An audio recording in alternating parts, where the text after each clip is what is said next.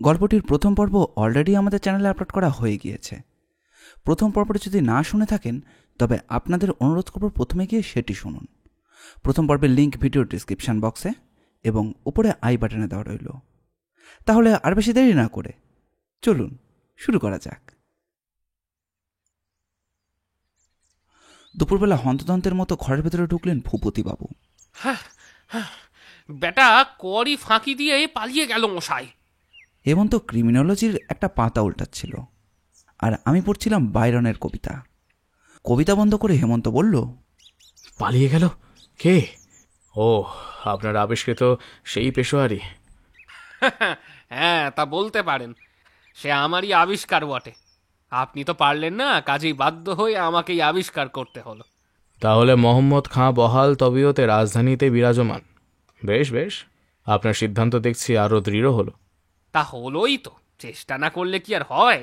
চেষ্টা করলে আরশোলা কি পাখি হতে পারে? পাখি না হোক, উড়তে তো পারে। সাধু, আপনার যুক্তি অকাট্য। আরে আপনার ঠাট্টা রাখুন, কাজের কথা শুনুন। লোকের মুখে শুনলাম মোহাম্মদ টেরিটি বাজারের এক কফিখানায় গিয়ে ঢুকেছে। তখন লোক নিয়ে আমিও সেখানে চললুম। কফিখানায় গিয়ে দেখি সে আমাদের দিকে পিছন ফিরে বসে অপাঙ্গদের সঙ্গে বসে খাবার খাচ্ছে। আমি তাড়াতাড়ি তাকে চেপে ধরতে গেলুম। উমা, তাকে ইশারায় কেউ একজন সাবধান করে দিল কিনা জানি না, তার কাছে যেতেই আচমকা সে উঠে আমার দিকে ফিরে দাঁড়ালো। তারপর আমার পেটে মারলো এক লাথি। আমি তো তখনই পাত ধরনি তলে। সে বেটা দৌড় মেরে পেছনের দরজা দিয়ে কোথায় একটা সরে গেল। আর আপনি পেটে হাত বুলোতে বুলোতে থানায় ফিরে এলেন যে? হাসছেন বটে হাসুন, কিন্তু বেটার দৈত্যের মতো চেহারা দেখলে ও হাসি আপনার শুকিয়ে যেত। জানেন না তো তার লাথিতে কি জোর, বাবারে বাবা। আপনারা হচ্ছেন কি ইজি চেয়ারের বাবু গোয়েন্দা। আমাদের মতো হাতে নাতে আসামি ধরতে হলে টের পেতেন মজাটা। বসুন বসুন, বিশ্রাম করুন। একটু শরবত টরবত খাবেন? দেখতেই পাচ্ছেন গলদ ঘর্ম হয়ে উঠেছি। একটু শরবত পেলে বাঁচি। দিন দিন, একটু শরবত দিন। শরবত পান করে পাকার তলে বসে ভূপতিবাবু একটু ঠান্ডা হলেন। তারপর হেমন্ত বলল, আপনি সাইকোলজি পড়েছেন? কেন বলুন দেখি। প্রত্যেক পুলিশ কর্মচারীর উচিত মনোবিজ্ঞান পাঠ করা। পরে কি ঘোড়া ডিম হবে নাকি মশাই? এমন অনেক অপরাধ আছে মনোবিজ্ঞানে পণ্ডিত না হলে যার গুপ্ত কথা বোঝা যায় না। মানুষের মন হচ্ছে এক অদৃশ্য আশ্চর্য জগৎ।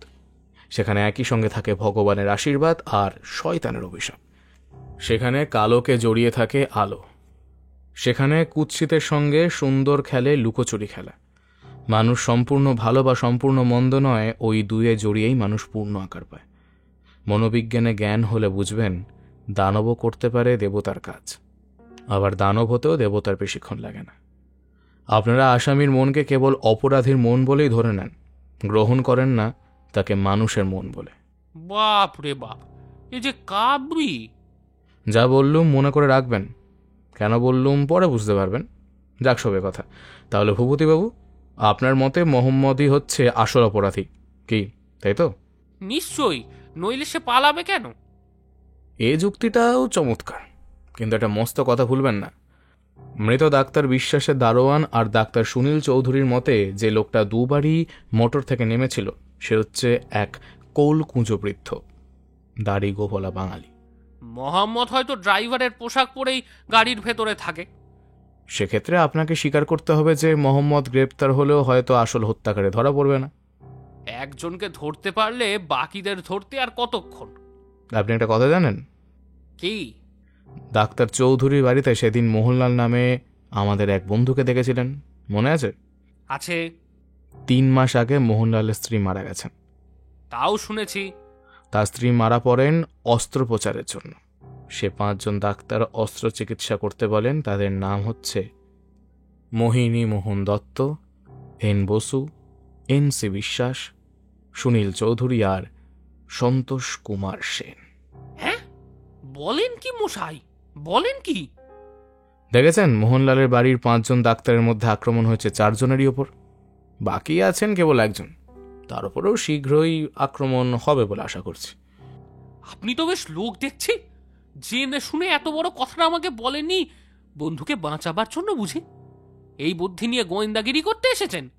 গোয়েন্দার কাছে বন্ধু নেই মশাই, বাপ মা নেই, ভাই বোন কিচ্ছু নেই, কিচ্ছু নেই। হ্যাঁ, আমি চললুম। আরে দাঁড়ান দাঁড়ান, কোথায় যান? মোহনলালের খোঁজে। ঠিকানা না জেনেই? ঠিক কথা তো। দিন ঠিকানা। কিন্তু সেখানে গিয়ে কি করবেন? মোহনলাল কি বলবে শুনবো। সে যদি কিছু স্বীকার না করে? তাকে গ্রেপ্তারের ব্যবস্থা করব। কোন প্রমাণে? সার্কাস্টিয়াল এভিডেন্স দেখে। আরে দরকার কি অত হাঙ্গামার? হ্যাঁ, মানে? আমি বলি কি, খুনিকে হাতে না হাতে ধরবার চেষ্টা করুন। কি করে? বসুন বসুন, তাকে ধরবার উপায় আমি স্থির করেছি। বুদ্ধিমান রবিন, একটা বিষয় নিয়ে তুমি মাথা ঘামাবার সময় পেয়েছ? বুঝলাম হেমন্তর দুষ্টু বুদ্ধি জেগেছে আমাকে অপদস্থ করবার ফিকিরে। সাবধান হয়ে বললাম, কি? প্রথম খুন হয় কোন তারিখে? 21শে জুলাই। তারপর?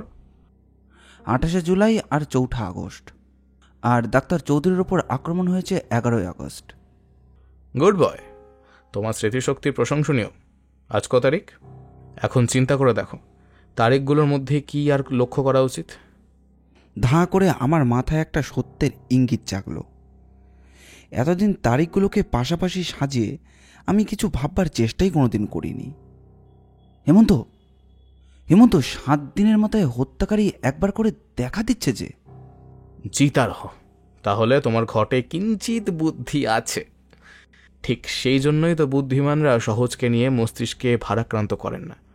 কিন্তু রবিন, তুমি এখনো আমার প্রশ্নের সম্পূর্ণ উত্তর দাওনি। আবার বলি, আজ 18 আগস্ট। কি সর্বনাশ! হেমন্ত হাসতে হাসতে বলল, একবার কফিখানায় আর একবার এইখানে। ভূপতিবাবু, একদিনেই আপনার হলো দুবার পতন। উত্তিষ্ঠত, জাগ্রত। হেমন্তবাবু, আজই যে হত্যাকারীর আবার আবির্ভূত হওয়ার দিন। হ্যাঁ, সেই রকমই তো আশা করছি। এ হচ্ছে রোমান্টিক হত্যাকারী, কেবল ডাক্তার মারে, তাসের পাঞ্জা ছড়ায়, নির্দিষ্ট দিনে দেখা দেয়। কি আশ্চর্য! এসব জেনে শুনেও আপনি স্থির হয়ে নিশ্চিন্তভাবে বসে বসে ভাবতে পারছেন। যখন বিপদের ভয় নেই, হাসবো না কেন? বিপদের ভয় নেই? কিছুমাত্র না। আমাদের ধারণা যদি ঠিক হয় খুনি তাহলে নিশ্চয়ই আজ ডাক্তার সন্তোষ কুমার সেনের সঙ্গে দেখা করবে। হ্যাঁ, নিশ্চয়ই দেখা করব। তবুও বলছো বিপদের ভয় নেই? হ্যাঁ, আজ ভোরবেলায় ফোনে সন্তোষবাবুকে সাবধান করে দিয়েছি। কিন্তু খুনিকে ধরবার ব্যবস্থা তো করতে হবে। ও কাজও খানিকটা এগিয়ে রেখেছি। সন্তোষবাবুর ব্যাপারটা আজ কারোর কাছে প্রকাশ করবেন না বলেছেন। সন্ধ্যার পরেই বাড়ির চারিদিকে পুলিশ পাহারা বসাতে হবে। ভূপতিবাবু, রবিন আর আমি থাকবো সন্তোষবাবুর বাড়ির ভেতরে। আপনার আপত্তি আছে? মধ্যরাত্রের আগে হত্যাকারী কোনোদিনও আত্মপ্রকাশ করেনি। একথা জেনেও আমরা একটু তাড়াতাড়ি, অর্থাৎ 9টার সময় বালিগঞ্জে ডাক্তার সন্তোষবাবুর বাড়িতে গিয়ে হাজির হলাম। আজ অপরাধীর গ্রেপ্তার হওয়ার সম্ভাবনা। তবুও যেন আমার মধ্যে কোনো আনন্দ হচ্ছিল না, বরং মোহনলালের মুখের কথা ভেবে বুকটা যেন ধরফর করছিল গভীর মায়ায়। শৈশব থেকে কিশোরকাল পর্যন্ত আমরা একসঙ্গেই পড়াশোনা করেছি, খেলাধুলো করেছি। সেই সব মধুর স্মৃতিছবি চোখের সামনে জেগে উঠতে লাগলো বারবার। সেই মোহনলালকে আজ এরই মধ্যে দেখতে পেলাম। সন্ধ্যের পর একদল পাহারাওয়ালা ও একদল সার্জেন্ট সন্তোষবাবুর আশেপাশে চোখের আড়ালে আত্মগোপন করে রয়েছে। একখানা বাগানওয়ালা বাড়ির ফটকের মধ্যে ঢুকে গাড়ি বারান্দার তলায় গিয়ে দাঁড়ালাম। আমরা সবাই হেমন্তর মোটরে চেপে এসেছি। গাড়ি চালাচ্ছিল হেমন্ত নিজেই। ভূপতিবাবু নেমে পড়ে বললেন, হেমন্তবাবু, আপনার মোটরখানা এইখানেই হাতের কাছে থাক। মোহনলাল ধরা পড়বার পর তার ড্রাইভার যদি ছুটে গাড়ি নিয়ে পালাতে চায়, তাহলে আমরা আপনার মোটরখানা ব্যবহার করতে পারবো। সন্তোষবাবু বাইরে এসে অভ্যর্থনা করলেন। তার চোখে মুখে ভয়ের আভাস, ভাবভঙ্গি জড়সড়। ভূপতিবাবু বললেন, মিস্টার সেন, বাগানটা আপনার বেশ অন্ধকার, কিন্তু কি করব, সরকারি হুকুম। সন্তোষবাবুর সঙ্গে আমরা বাড়ির ভেতরে গিয়ে ঢুকলাম। প্রথম ঘরখানায় ঢুকে সন্তোষবাবু বললেন, এইখানে আমি রোগী দেখি। এই পাশের ঘরটাতে আমরা থাকতে পারি? স্বচ্ছন্দে। ও ঘরের আলো নিভিয়ে দরজাটা একটু খোলা রেখে আমরা অপেক্ষা করব। এ ঘরে যে আসবে আমাদের চোখের ওপরই থাকবে। অপরাধী ডাক্তারবাবুকে আহ্বান করলে তিনি পোশাক পরবার জন্য উপরে যাবেন, তারপরেই আমাদের আক্রমণ। জরুরি কেসের জন্য আমার এখানে অনেক রোগী আসে, তাদের আপনারা আবার আসামি বলে ভুল করবেন না তো? পুলিশের চোখ অত বোকা নয়। আমরা গোঁফ দেখলেই শিকারি বেড়ালকেও চিনতে পারি। আসামির স্বরূপ আমরা চিনি, আর শব্দরূপে পেয়েছি উজ্জ্বল বর্ণনা। তো ভয় নেই মিস্টার সেন, আপনার কোনো নিরীহ রোগীকে ধরে আমাদের চালান দিতে হবে না। কিন্তু আমার বুক কাঁপছে। বুককে স্থির করুন, আমরা কি জন্য আছি? আমরা পাশের ঘরের দিকে অগ্রসর হলাম। ভূপতিবাবু হাত ঘড়ি থেকে নিয়ে বললেন, আরে মোটে 9:30, এখনো রঙ্গমঞ্চে নায়ক আসতে অনেক দেরি। মিস্টার সেন, কিছু চাটার ব্যবস্থা করতে পারেন? মনে রাখবেন মিস্টার সেন, ভূপতিবাবু চায়ের সঙ্গে যোগ করেছেন টা। মনে রাখবো। আর কি, শুভস্য শীঘ্রম। এখান থেকে ফটক আর রাস্তা পর্যন্ত দেখা যায়, ভালো কথা। খানিক পরেই চায়ের সঙ্গে এলো ঘরে তৈরি কচুরি, সিঙাড়া ও নিমকি। ভূপতিবাবুর ঠোঁট উপচে বেরিয়ে পড়ল আনন্দের হাসি। আমার কিন্তু একটুও খেতে ইচ্ছে হলো না, হেমন্তরও তাই। 3 পেয়ালা চা আর 3 খাবার নিয়ে বিপদগ্রস্ত হওয়ার পাত্র ভূপতিবাবু নন, বরং বেড়ে উঠল তার খুশির মাত্রা। শূন্য পাত্রগুলো সঙ্গত্যাগ করে ভূপতিবাবু যখন গাত্রোদ্ধান করলেন, তখন প্রায় রাত 10:30। হেমন্ত বলল, এবার আলো নিভিয়ে দেওয়া যাক। ঘর অন্ধকার। জানালা দিয়ে দেখা যাচ্ছে বাগানের অস্পষ্ট আলোর আভাস। ঘরের দেওয়াল ঘটে যেন টকটক শব্দে আলাপ করতে চাইছে। এরই মধ্যে রাস্তা নির্জন হয়ে পড়েছে। প্রথমে মাঝে মধ্যে 2-1খানা মোটর এদিক ওদিকে শব্দ শোনা যাচ্ছিল, এরপর তাও থেমে গেল। কেবল ঝিঝি পোকারা অক্লান্ত পরিশ্রম করে চলেছে। 2-1বার ভেসে আসে পল্লীর কোনো কোনো জায়গায় হঠাৎ জাগা শিশুর কান্না। ঘড়িতে বাজল 11:30। ভূপতিবাবু বললেন, ওহ, বড্ড মশা কামড়াচ্ছে। বলেন কি, মশার পলকা হুল পুলিশের চামড়াও ভেদ করতে পারছে? এ হচ্ছে বালিগঞ্জের মশা। ভগবান কি শয়তান কিছুই মানে না। কিন্তু আমি তো জানতাম কলকাতার পুলিশ ভগবান আর শয়তানের ওপরওয়ালা। আমরা তো আর শখের গোয়েন্দা নই, ঠাট্টার রাজ্যে ভগবানকে নিয়ে টানাটানি করি না। আপনার বন্ধুত্ব কেবল বুঝি শুধু শয়তানের সঙ্গে? হ্যাঁ, এই কথা কাটাকাটি হয়তো আরো কিছুক্ষণ উপভোগ করতে পারতাম, কিন্তু দূরে জাগলো একটা মোটরের শব্দ, আর তখনই 2 প্রতিদ্বন্দ্বীর মুখ হয়ে গেল একদম বোবা। গাড়ির শব্দ যতই কাছে আসছে, আমার বুকের তাল যেন হয়ে উঠছে আরো দ্রুত। গাড়ি ফটকের বাইরে এসে থামল। তাহলে কি সঙ্গীন মুহূর্ত উপস্থিত? আবছালোতে জানলা দিয়ে দেখা গেল একটি শ্বেতবসন মূর্তি ফটকের পার হয়ে বাগানের ভেতরে এসে ঢুকল। পথের উপর বাজছে তখন লাঠির ঠক ঠক। লাঠির শব্দ থামল ঠিক গাড়ি বারান্দার তলায়। সেখানে অপেক্ষা করছিল সন্তোষবাবুর বেয়ারারা। আগন্তুক অতি মৃদু স্বরে কিছু একটা বলল, সেটা কিন্তু বোঝা গেল না। উত্তরে বেয়ারা বলল যে ডাক্তারবাবু বাড়িতে আছেন, আপনি ভেতরে আসুন, আমি খবর দিয়ে দিচ্ছি। আগন্তুক ঘরের ভেতরে এসে দাঁড়ালো। দরজার ফাঁক দিয়ে তাকে দেখতে পেলাম, কিন্তু সরাসরি হুকুম তামিল করবার জন্য ঘরের আলোর ওপরে যে চোঙা পড়ানো ছিল সেটা রইল তার মস্তক রেখার বাইরে। তার মুখ স্পষ্ট করে দেখা যায় না বটে, কিন্তু তার চোখের কালো চশমা, মাথার লম্বা পাকা চুল, মুখের দীর্ঘ শুভ্র দাড়ি আর ধনুকের মতো দেহ সবটাই বোঝা গেল অল্প বিস্তর। সে যে সন্দিগ্ধভাবে আমাদের ফাঁক করা দরজার পানে বারে তাকাচ্ছে, এটাও কিন্তু আমাদের নজর এড়াল না। ভূপতিবাবু ছিলেন আমাদের পেছনে। আগন্তুককে ভালো করে দেখবার জন্য তিনি সাগ্রহে এগিয়ে আসতে গেলেন, কিন্তু অন্ধকারে কিছু দেখতে না পেয়ে একটি চেয়ারের উপরে দড়াম করে পড়ে গেলেন। এক পলকে আগন্তুকের দুমড়ে পড়া দেহটা সচকিত হয়ে এবার সিধে হয়ে উঠল এবং পরমুহূর্তে সে হলঘরের ভেতর থেকে অদৃশ্য হল। তারপর বাগানেরই পথে শুনলাম ছুটন্ত পদশব্দ। তীরবেগে বাইরে বেরিয়ে আসতে গিয়ে হেমন্ত তার মোটর স্টার্ট দিতে লাগলো, আর আমরা পেছন পেছন ছুটতে লাগলাম হুইসেল বাজাতে। আমরা মোটরে ওঠার সঙ্গে সঙ্গে হেমন্ত গাড়ি চালিয়ে দিল, কিন্তু আসামির গাড়ি তখনও বেগে ছুটে চলেছে। বাঁশি শব্দ শুনে ততক্ষণে নানা গুপ্তস্থান থেকে পাহাড়ওয়ালা বেরিয়ে এসেছিল বটে, কিন্তু ইতিমধ্যে অগ্রবর্তী মোটরের ভেতর থেকে 5-6টা রিভলভারের গুলি ছুটে এসে তাদের কর্তব্য পালনের উৎসাহতে দিয়েছিল প্রচণ্ড বাধা। আমাদের গাড়ির ফটক পার হতেই সার্জেন্ট ও 2 জন পাহারাওয়ালা দালানের ওপর লাফ মেরে উঠে পড়ল।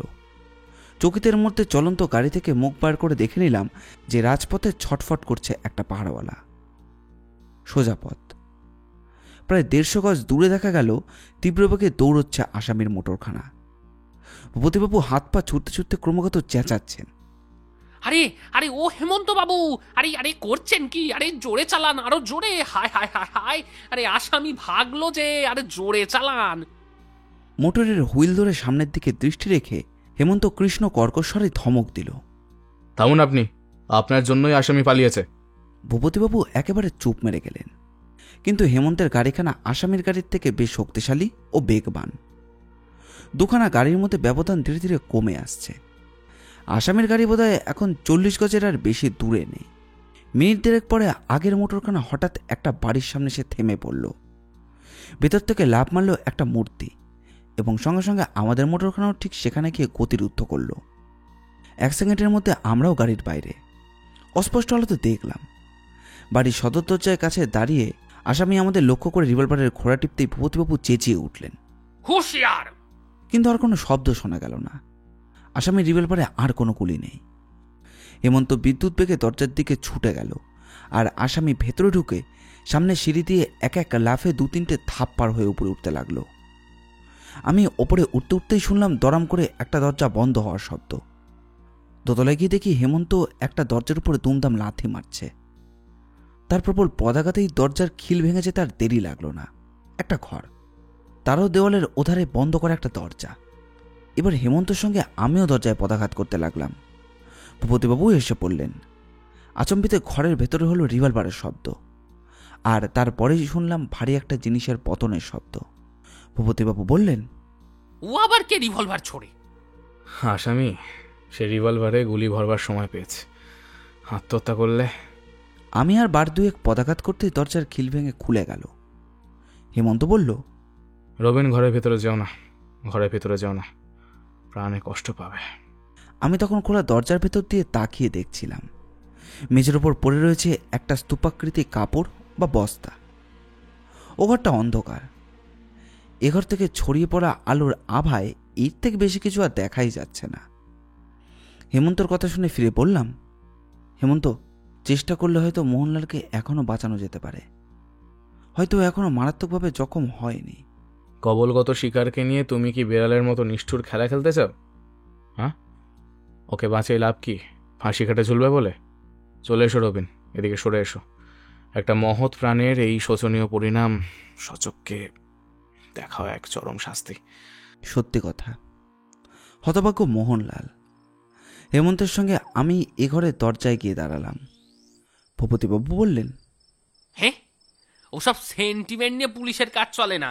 মহৎ প্রাণের শোচনীয় পরিণাম, খুনির জন্য দরদ। ইলেকট্রিক টর্চটা জেলে মেঝে কাঁপানো পা ফেলে তিনি পাশের ঘরে গিয়ে ঢুকলেন। শুনলাম উৎকট আনন্দে তিনি হত বা আহত মোহনলালকে উদ্দেশ্য করে বলছেন, বাপু বাপু, লীলা খেলা তো সব ফুরলো। এখন মুখে ওই পরচুল আর গোঁফদারি কেন? দেখি দেখি বাবা, শ্রীবদনখানা একবার দেখি তো। তারপরেই শুনলাম ভূপতিবাবুর সচকিত ও বিস্মিত চিৎকার। এ কি ব্যাপার? ও হেমন্ত বাবু, একে? এ তো মোহনলাল নয়। আমি তা জানি, একে তো আমি চিনি না। কিন্তু আমি চিনি। উনি হচ্ছেন ঈশানপুরের দানবীর ধার্মিক জমিদার পরমানন্দ রায়চৌধুরী। এসো রবিন, আমরা সরে পড়ি। ভূপতিবাবু সব রহস্য যদি বুঝতে চান, কাল সকালে আমার বাড়িতে যাবেন। পরদিন সকালবেলা আমাদের চাপান সমাপ্ত। হেমন্ত তার ইজি চেয়ারে আসন গ্রহণ করল। তার সামনে গিয়ে বসলাম আমি, আর আমার পাশে ভূপতিবাবু। হেমন্ত বলল, ভূপতিবাবু, আমি কাল জিজ্ঞাসা করেছিলাম যে আপনি সাইকোলজি পড়েন কিনা। পুলিশের পক্ষে সেটা অনাবশ্যক বলে আপনি দিলেন ফতোয়া। সেই সম্পর্কে আমি গুটি কয়েক কথা বলেছিলাম, তাও আপনি উড়িয়ে দিলেন কাব্যি বলে। আপনার কিছু মনে আছে না আমি যে কি বলেছিলাম আপনাকে? ওর নাম কি? কাব্যি টাব্যি আমার অত মনে থাকে না, তবে কিছু কিছু ভাষা স্মরণ হচ্ছে যেন। মানুষের মন নাকি আশ্চর্য এক জগৎ, সেখানে একই সঙ্গে থাকে ভগবানের আশীর্বাদ আর শয়তানের অভিশাপ। মনোবিজ্ঞান জানলে নাকি অনেক বোঝা যায় যে দানবও করতে পারে দেবতার কাজ, আবার দেবতাও হতে পারে, আবার দানব হতেও দেবতার বেশিক্ষণ লাগে না। এমনিতরও কিসব বলছিলেন হয়তো আপনি, তাই না? এর মধ্যে আপনি পেয়েছিলেন কেবল কাব্যি, অথচ এর মধ্যেই আছে বর্তমান মামলার সমস্ত রহস্য। তিনি সারা দেশে শ্রদ্ধা পেয়েছেন পরম সাধু বলে, অথচ তার মতো দেবতার বুকে জেগেছে যে দানবের মন, তিনি ধরা পড়বার আগেই আমি সেটা আন্দাজ করেছিলাম। মানলুম, কিন্তু আমাদের কাজ তো শেষ হবে আমাদের কাজ তো শেষ হবে আদালত নিয়ে। আদালতে মশাই আন্দাজের ঠাঁই নেই। আদালত বলবে, কেন আন্দাজ করেছিলে বাপু, তোমার যুক্তি কি? তাহলে মনোবিজ্ঞানের রহস্য নিয়ে আমাকে ছোটখাটো একটা বক্তৃতা দিতে হয়। শুনতে রাজি আছেন কি? পড়েছি মোগলের হাতে, খানা খেতে হবে একসাথে, কি আর করব বলুন। ইজি চেয়ার থেকে হাত বাড়িয়ে টেবিলের ওপর রক্ষিত সাইক্লোপিডিয়া অফ গুড হেলথ এর এক খণ্ড তুলে নিয়ে হেমন্ত বলল, বিলাতের প্রথম শ্রেণীর বড় বড় চিকিৎসক আর পণ্ডিতের সাহায্যে এই বিরাট বইখানি লেখা হয়েছে। এই দ্বিতীয় খণ্ডে 972 পৃষ্ঠায় অবসেশন সম্বন্ধে যা লেখা হয়েছে, আপনি পরে তা পড়ে দেখবেন। এর সম্বন্ধে আমি আরো অনেক বই পড়েছি, হাতে না হাতে পরীক্ষাও করেছি। সেই সব অবলম্বন করেই আমি 2-4 কথা বলতে চাই। শুনুন, ইংরেজি ফিক্সড আইডিয়ার বাংলা কি জানেন? অচল প্রতিষ্ঠা বা অটল ভাবনা। যে ভাবনা মনের ভিতরে এক্কেবারে গেঁথে যায়। অস্থায়ীভাবে সময় সময় এই রকম ভাবনার দ্বারা আমরা সকলে আক্রান্ত হই। যেমন ধরুন, হয়তো একটা গানের কলি এমন নাছর বান্দার মতো আমাদের মাথার ভিতরে ঢুকে বসলো যে কিছুতেই তাকে তাড়াতে না পেরে ইচ্ছার বিরুদ্ধেই সেই কলিটা মনে মনে বারবার গাইতে আমরা বাধ্য হই। কেউ কেউ এই অবস্থায় 1 দিন 2 দিন এমনকি 2-3 সপ্তাহ পর্যন্ত কাটিয়ে দেয়। কারোর কারোর মনে ফিক্সড আইডিয়া আরো নানান রকম প্রভাব বিস্তার করে। কেউ কেউ হয়তো বাড়ির থেকে পথে বেরিয়েই প্রথমে মনে মনে 6 বা 8 সংখ্যা পর্যন্ত গুণে পদক্ষেপ করে। বিলাতে অমর লেখক ডক্টর জনসন আর একভাবে আক্রান্ত হয়েছিলেন। তিনি পথে বেরিয়ে থাম পেলেই তার ওপরে লাঠি দিয়ে ঘা না মেরে থাকতে পারতেন না। এসব হচ্ছে ছোট ছোট নিরাপদ অভ্যেস। পণ্ডিত বা মূর্খ সকলেই এরকম অভ্যেসের দাস হতে পারে। অবসেশনাল নিউরোসিস বা এক জাতীয় স্নায়ু মনোক্রিয়ার দ্বারা যেসব রোগী আবিষ্ট হয়, তাদের অবস্থা হয়ে ওঠে গুরুতর। তাদের মনে কোনো অটল ভাবনা এমন সব আবেগ বা ঝোঁকের সৃষ্টি করে যা সম্পূর্ণরূপে তাদের প্রকৃতি বিরুদ্ধ। যে সাধু, তারও মনে আসে হয়তো অটল দৃষ্টির চিন্তার আবেগ। সে নিজের দুর্বলতার করুদ্ধ হয়ে প্রাণপণে ওই কুচিন্তাকে তাড়াতে চেষ্টা করে। অনেকেই সক্ষম হয়, আবার অক্ষমও হয় কেউ কেউ। এই কথায় কোনো কোনো রোগীকে মাঝে মাঝে সাংঘাতিক অপরাধ করতেও শোনা যায়, অথচ অপরাধ করা তাদের প্রকৃতি বিরুদ্ধ। এইসব নির্দিষ্ট চিন্তা প্রায় অর্থহীন আর বালকোচিত হয়। রোগী তা বুঝতে পারে, তবুও তার কবল থেকে নিস্তার পায় না। ভূপতিবাবু, আমি খুব সংক্ষেপে যে গোড়ার কথাগুলি বললুম তা আমার মন গড়া কথা নয়। বড় বড় মনোবিজ্ঞানবিদ তার চিকিৎসার বহু পরীক্ষা আর আলোচনার পর এই সিদ্ধান্তে উপস্থিত হয়েছেন যে এটাই হচ্ছে সত্য। এবার দেখা যাক মনোবিজ্ঞানের এই রহস্যের সঙ্গে আমাদের মামলার কি সম্পর্ক। বাবা, আপনার সাইকোলজি লেকচার সাঙ্গ হলে একটু বাঁচি এবার। এরই মধ্যে আমার মাথা গুলিয়ে উঠছিল। ওসব কি আর আমার মগজে ঢোকে নাকি? ওসব কি আর আমাদের মগজে ঢোকে নাকি? এই ডাক্তারের পর ডাক্তার খুন, প্রতি 7 দিনের মাথায় হত্যাকারীর আবির্ভাব আর ঘটনা ক্ষেত্রে তাসের পাল্লার নিক্ষেপ দেখেই আমি সন্দেহ করেছিলাম যে অপরাধী কেবল রোম্যান্টিক নয়, তার মানে কাজ করছে কোনো রকম ফিক্সড আইডিয়া। এক একটা খুন হয় আর তাসের কাটা ফোটার সংখ্যা বাড়ে। আর সেই সঙ্গে লক্ষ্য করলুম পাঞ্জা ছাড়া আর কোনো রকম তাস ব্যবহৃত হয় না খুনের সময়। বেশ বুঝলুম খুনি জানাতে চায় সে 5 জন লোককে বধ করবে। প্রশ্ন হতে পারে, এরকম ছেলে মানুষই বাহাদুরির কোনো মানে হয় না। কিন্তু উত্তর হচ্ছে, ফিক্সড আইডিয়ার একটা বড় লক্ষণই হচ্ছে অর্থহীন বালকতা। উপরে উপরে সপ্তাহে একবার করে 3 বারে 3টে হত্যা, আর 3 বারই বলি দেওয়া হলো এক একজন ডাক্তারকে। খোঁজ নিয়ে জানলুম ওই 3 ডাক্তারই পরস্পরের সঙ্গে সম্পর্কিত বা কোনো নির্দিষ্ট দলভুক্ত নন, অথচ খুন করেছে একজন লোকই। কোনো ডাক্তারের কাছ থেকেই মূল্যবান কিছু চুরি যায়নি বা তাদের মৃত্যুতে কারোরই বা লাভবান হওয়ার সম্ভাবনা নেই। তখন ব্যাপারটা ঠেকলো হেঁয়ালির মতো। এরকম হয় না, হতে পারে না। প্রত্যেক খুনের পেছনে কোনো না কোনো অর্থ বা উদ্দেশ্য থাকে, কিন্তু সব খুন অর্থহীন, উদ্দেশ্যহীন। তখন আমার মাথায় সন্দেহ জাগে, হত্যাকারীর কোন রকম অবসেশন বা স্নায়ুরোগের দ্বারা আক্রান্ত নয় তো? ব্যাপারটা নিয়ে মাথার ভেতর যতই নাড়াচাড়া করতে লাগলুম, সন্দেহ দৃঢ় থেকে দৃঢ়তর হয়ে উঠল। তারপর হলো চতুর্থ আক্রমণ। ভাগ্যে সিগারেট কেসের দৌলতে ডাক্তার সুনীল চৌধুরী বেঁচে গেলেন, তাই তার মুখে শুনতে পেলুম আক্রমণের আগে হত্যাকারী গর্জন করে বলেছিল প্রতিশোধ। কিন্তু কিসের প্রতিশোধ? ডাক্তার চৌধুরী বললেন তার কোনো শত্রু নেই, তবে হত্যাকারীর প্রতিশোধ নিতে চায় কেন? আন্দাজ করলুম আগের 3 খুনের সময়ও নিশ্চয়ই সে ওই প্রতিশোধ কথাটা উচ্চারণ করেছিল। তবে কি হত্যাকারী তার নিজের কল্পিত কোনো অন্যায় কার্য বা অপরাধের জন্য 5-5 জন ডাক্তারকে খুন করবার জন্য দৃঢ় প্রতিজ্ঞ হয়েছে? আগাজে সন্দেহ করেছিলাম হত্যাকারীর দ্বারা চতুর্থ ডাক্তারকে আক্রমণ দেখে সেই সন্দেহ পরিণত হলো নিশ্চিত সত্যে।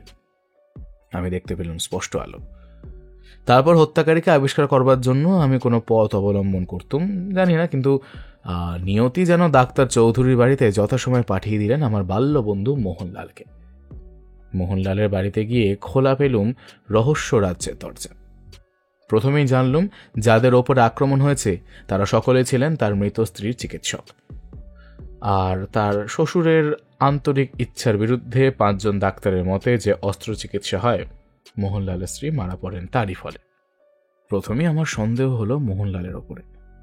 প্রিয়তম স্ত্রীর মৃত্যুর জন্য সে হয়তো দায়ী করেছে ওই 5 জন ডাক্তারকেই।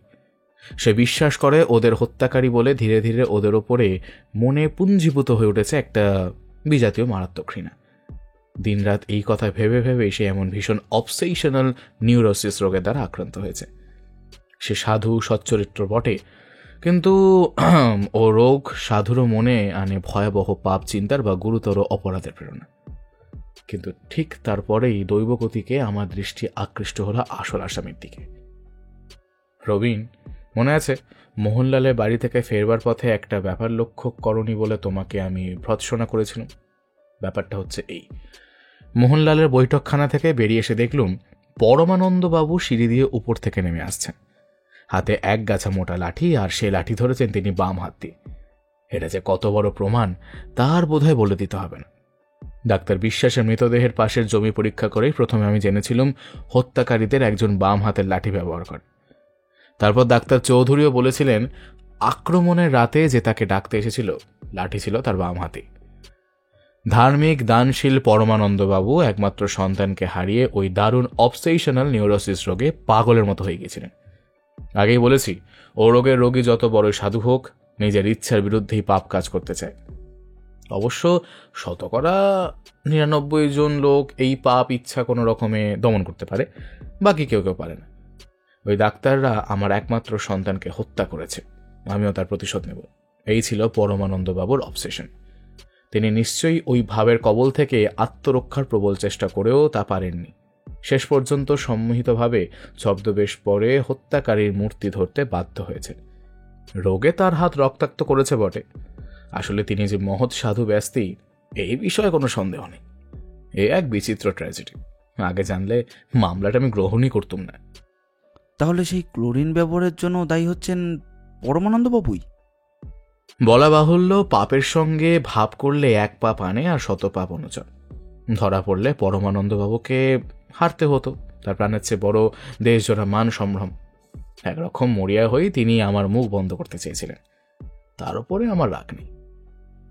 পরমানন্দবাবুর সেই মোটা লাঠি গাছটা আমরা পেয়েছি, সেটা গুপ্তি, কিন্তু তার হাত টেনে বার করলে পাওয়া যায় তরোয়াল নয়, একখানা ছোরা। সাধারণ ছোরাও নয়, ফলাটা লম্বায় 6 ইঞ্চি, চওড়ায় পেন্সিল কাটার ছুরির মতো। ডাক্তার বিশ্বাসের ক্ষতচিহ্ন দেখে আপনিও তো একই কথা বলেছিলেন। আরেকটা কথা জানতে চাই, আপনার মোহাম্মদ খান ধরা পড়েছে তো? মোহাম্মদের সঙ্গে এ মামলার কোনো সম্পর্ক নেই, কিন্তু পরমানন্দ বাবুকে সাহায্য করতো আরো 2 জন লোক, এটা আমরা জানতে পেরেছি। হ্যাঁ, তারাও কাল ধরা পড়েছে। কে তারা? 2 নেপালি। তাদের একজন পরমানন্দবাবুর পুরনো ড্রাইভার, আর একজন হচ্ছে পুরনো চাকর। তারাও কাল ওই গাড়ির ভেতরেই ছিল। তাই তো ভূপতিবাবু, মোহাম্মদ লাথিকে তাহলে শাস্তি দিতে পারলেন না? ভূপতিবাবু লজ্জায় মাথা হেট করলেন। হেমন্ত বলল, রবিন, এতক্ষণে মোহনলাল আমাদের কি ভাবছে কে জানে, তার মুখ মনে করে আমার কষ্ট হচ্ছে। গল্পটি ভালো লাগলে অবশ্যই লাইক, আর কিরকম লাগলো সেটি কমেন্ট করে জানাবেন। আমরা আপনাদের মধ্যে থেকে একটি কমেন্ট পিন করে দেব। এইরকম গোয়েন্দা গল্প আর অ্যাডভেঞ্চার গল্প আমরা প্রায় নিয়ে আসি। আমাদের চ্যানেলটি ঘুরেও আসতে পারেন। আমাদের চ্যানেলটিকে সাবস্ক্রাইব করে আমাদের পাশে থাকবেন। আপনাদের ভালোবাসা একান্ত কাম্য। ধন্যবাদ।